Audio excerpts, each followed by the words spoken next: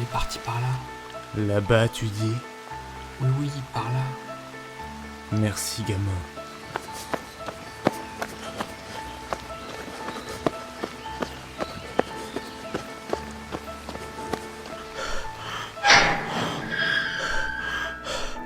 Ok, là je crois que je suis en sécurité, mais je sais pas pour combien de temps, donc je dois faire vite.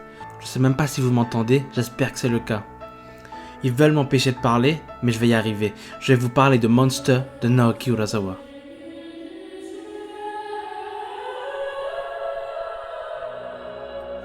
À la fin de la prépublication de Yawara en 1993 dans le Big Comic Spirit de la maison d'édition Shogakukan, Urasawa n'a qu'une idée en tête, se lancer dans un thriller qui viendrait bousculer le monde du manga. Mais ses éditeurs ne l'entendent pas de cette oreille. Après le succès monumental de son manga de judo, ils veulent qu'il refasse une histoire avec pour thème un autre sport. Mais alors que Yawara est une comédie romantique, Urasawa, quelque peu frustré de ne pouvoir faire son thriller, va faire de Happy une comédie dramatique avec pour thème le tennis. D'ailleurs, j'ai réalisé une vidéo sur Happy si ça vous intéresse, mais je vous préviens, c'est ma toute première vidéo, alors je ne sais pas trop ce qu'elle vaut aujourd'hui. Mais c'est finalement avec la fin de la prépublication, plus tôt que prévu, de Master Keaton dans le Big Comic original, qu'il va pouvoir se lancer dans l'aventure Monster. Si vous êtes perdu, il ne faut pas oublier qu'Urasawa travaillait sur Master Keaton pendant et au moment de la fin de Yawara, et qu'il a continué lorsqu'il bossait aussi sur Happy. La prépublication de Monster va donc s'étaler de 1994 à 2002 dans le Big Comic original. Alors qu'ils avaient initialement prévu de ne faire que 4 volumes, ce qui explique la densité du premier tome, en découle finalement 18 tomes qui ont depuis connu une refonte en 9 tomes de luxe. Cette version du manga est publiée en France par Kana dans leur collection Big Kana. Les tomes sont au prix de 15,90€ et sont traduits par Thibaut Desbief. Il existe aussi 2 one-shots, l'un s'intitulant Un monstre sans nom qui fait 8 pages et qui était offert par Kana à l'époque de la sortie du tome 18 et qui reprend un conte que l'on retrouve dans le manga. Et l'autre, qui n'est jamais sorti en France et qui s'appelle Another Monster, un light novel complémentaire au manga où un journaliste interviewe certains des personnages clés de l'histoire. Mais Urasawa se posait alors la question de ce qu'il voulait raconter et surtout comment le raconter. En discutant avec Takashi Nagasaki, toujours lui, Urasawa évoqua l'idée de la série Le Fugitif, qui lui est très chère à son cœur. C'est une série datant de 1963 qui raconte l'histoire d'un médecin accusé à tort du meurtre de sa femme et qui est recherché pendant que lui-même essaie d'attraper le vrai coupable. The name, Dr. Richard Kimball. The destination, Death Row State Prison. The irony, Richard Kimball is innocent. Ils se donnèrent alors rendez-vous une semaine plus tard avec pour objectif de trouver un métier autre que celui de médecin à leur personnage principal. Mais leurs tout premiers mots à leur retrouvaille furent « non, non, non, décidément, il ne peut que être médecin ». Son autre inspiration était celle de Frankenstein, avec sa fameuse thématique de la création du monstre. It's alive, it's alive, it's alive. Quelqu'un lui fit alors la remarque que tout ceci ressemblait un peu à Astro Boy. Et l'aboutissement du synopsis fut trouvé à partir de cette observation car une réflexion en découla. Astro est un gentil robot, mais si lors de sa création il avait mal tourné, le Dr Tenma, son créateur, aurait alors eu la responsabilité de le neutraliser. Mais maintenant qu'il avait posé la base de son récit, il lui manquait un cadre pour s'exprimer. C'est à travers un voyage d'une semaine en Europe, le menant de Munich à Prague, qu'il finalise ce qui deviendra un énorme succès. Pourtant, à la sortie de son premier chapitre, il fut vivement critiqué car les 30 pages résonnaient fortement avec le roman La Tour Blanche, qui est un livre publié en 1965, écrit par Toyoko Yamasaki. Et ce livre traite lui aussi, comme le premier chapitre de Monster, de lutte de pouvoir dans le milieu hospitalier avec pour thématique le respect de la dignité humaine. Mais on peut pardonner ces gens parce qu'ils ne savaient pas encore quelle tournure allait prendre ce chef-d'œuvre. Et puis de toute façon, ils se sont bien rattrapés d'eux-mêmes car le premier tome s'est extrêmement bien vendu. Ce qui a poussé Urasawa et Nagasaki à se dire qu'il fallait retravailler l'intrigue pour qu'elle tienne plus que les 4 tomes initialement prévus, ce qui fera notre plus grand bonheur. Le manga a été adapté en 2004 par le studio d'animation Madhouse en 74 épisodes. Vous me remercierez ensuite, mais si vous vous lancez dans l'anime, mettez-le en vitesse 1.25 et surtout, essayez la VF parce que pour le coup, elle est incroyable. D'ailleurs, le réalisateur Guillermo del Toro avait tenté d'adapter le manga en série live, mais finalement, le projet est tombé à l'eau. Ouvrez ou on casse la porte! Merde, ils m'ont déjà retrouvé. Je vous reprends dès que je suis en sécurité. On serre pas la main aux fachos. Non, on la serre pas à Darmanin. Comme ça, tu vas bien fermer ta gueule.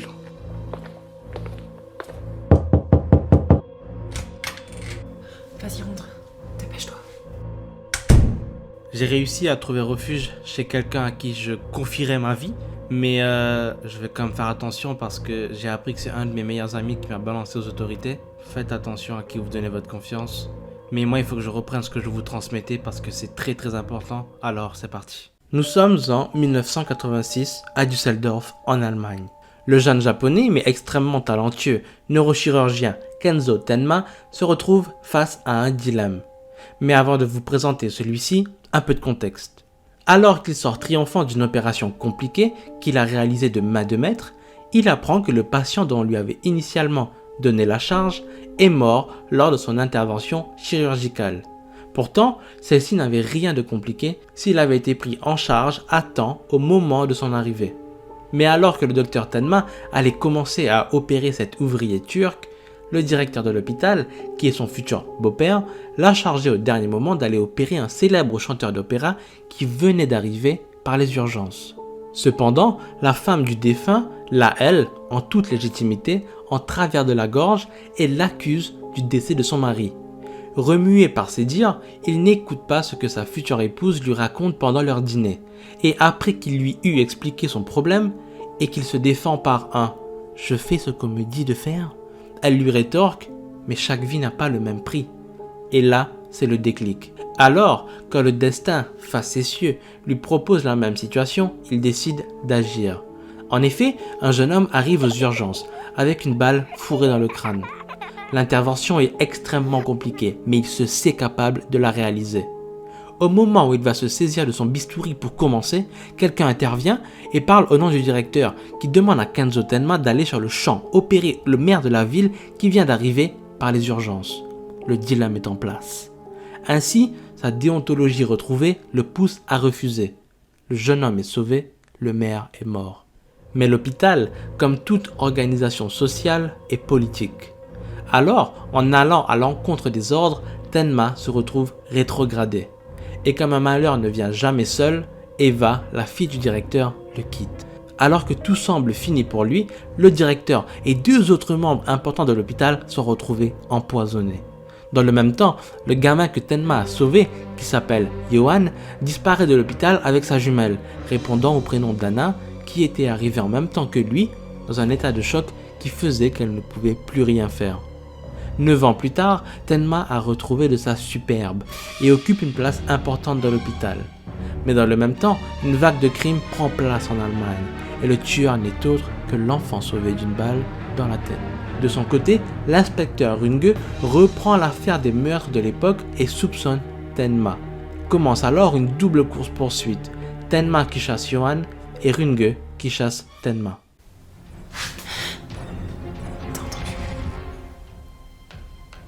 Oh putain, va te cacher dans la trappe, fais pas de bruit. Bonjour, police. Ouvrez la porte, s'il vous plaît. Bonjour, monsieur l'agent. Est-ce que vous auriez vu cet homme? Non, j'ai pas vu cet homme. Si jamais vous le voyez, contactez-nous. Ok. Bonne soirée. Bonne soirée à vous. Ravi d'avoir pu vous aider. On serre pas la main aux fachos. Non, on la serre pas à Darmanin. Comme ça, tu vas bien fermer ta gueule. Ok, ils sont toujours à ma recherche, mais ils sont déjà passés par là. Ça va m'acheter un peu de temps. Heureusement, on approche de la fin de ce que j'ai à vous dire. Et de toute façon, une fois que ça s'est fait, peu importe ce qui peut m'arriver. Depuis que les humains ont acquis une quelconque forme de conscience, s'est posé à nous la question de définir ce qui est bien et ce qui est mal.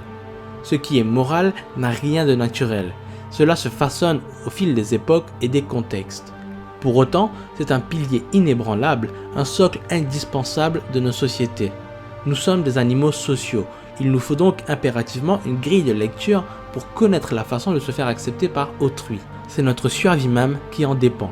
D'une société à une autre, le cadre dans lequel s'exercent ces forces peut être complètement rigide, ne laissant place à aucune ambiguïté sur ce qu'il faut penser ou faire, ou bien être plus malléable, permettant une plus grande liberté de choix tout en restant dans les limites de ce qui est accepté. Mais assurément, en tout point, ce cadre existe.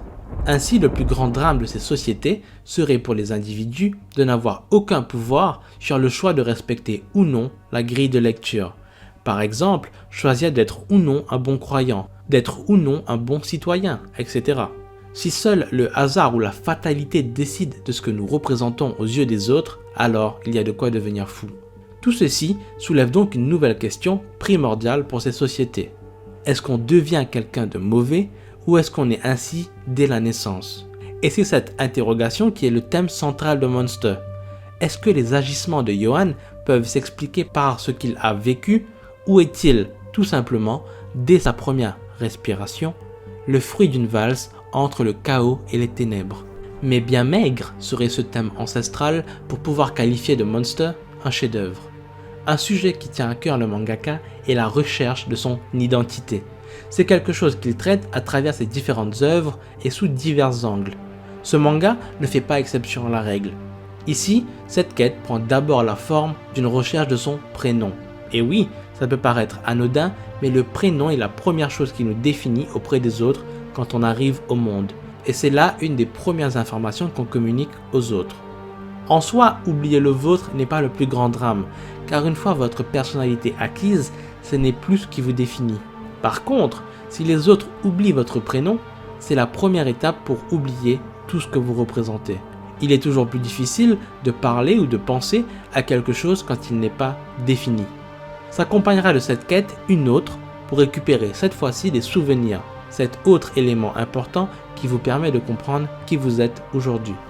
Le docteur Tenma, en se lançant à la poursuite de Johan dans le but de l'arrêter, prend à lui la responsabilité de la paternité du monstre. Dans cette œuvre, plus que dans toutes ses autres, Urasawa évoque l'histoire de ses enfants qui subissent les adultes. Mais il ne s'arrête pas là. Il cherche ensuite à parler des adultes qu'ils deviennent par la suite. Sont-ils cassés, brisés, fruits de leur passé tumultueux? Ou existe-t-il une échappatoire pour devenir la personne qu'on souhaite vraiment être? Ce qui permet à l'auteur, comme dans tout bon rapport protagoniste-antagoniste, d'opposer deux visions contraires, avec pour thème ici la valeur de la vie. Tenma d'un côté qui considère qu'elles se valent toutes, qu'elles sont toutes précieuses, et Johan de l'autre qui est indifférent à la vie des autres, n'exprimant pas le moindre sentiment à leur égard, que de l'indifférence.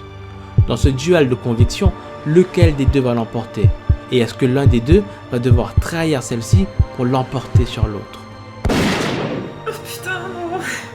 Ça va pas durer. Quoi? Mais pourquoi? Je sais pas. On serre pas la main aux fachos. Non. On la serre pas à Darmanin. Comme ça, tu vas bien fermer ta gueule.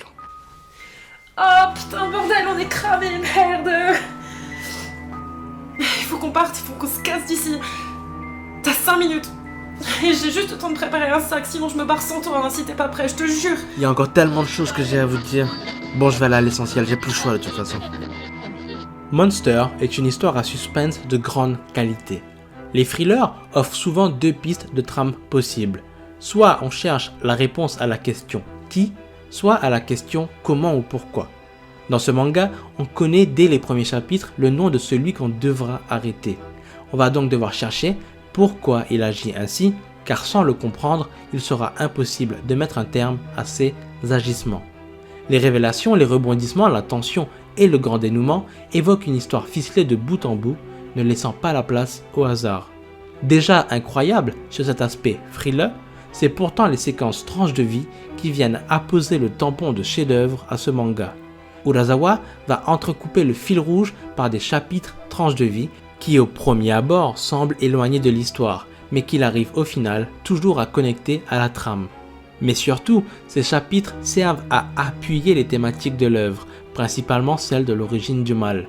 L'auteur va nous proposer différents profils de personnages qui amènent des éléments de réponse, certains passant des ténèbres à la lumière et d'autres dans le sens inverse.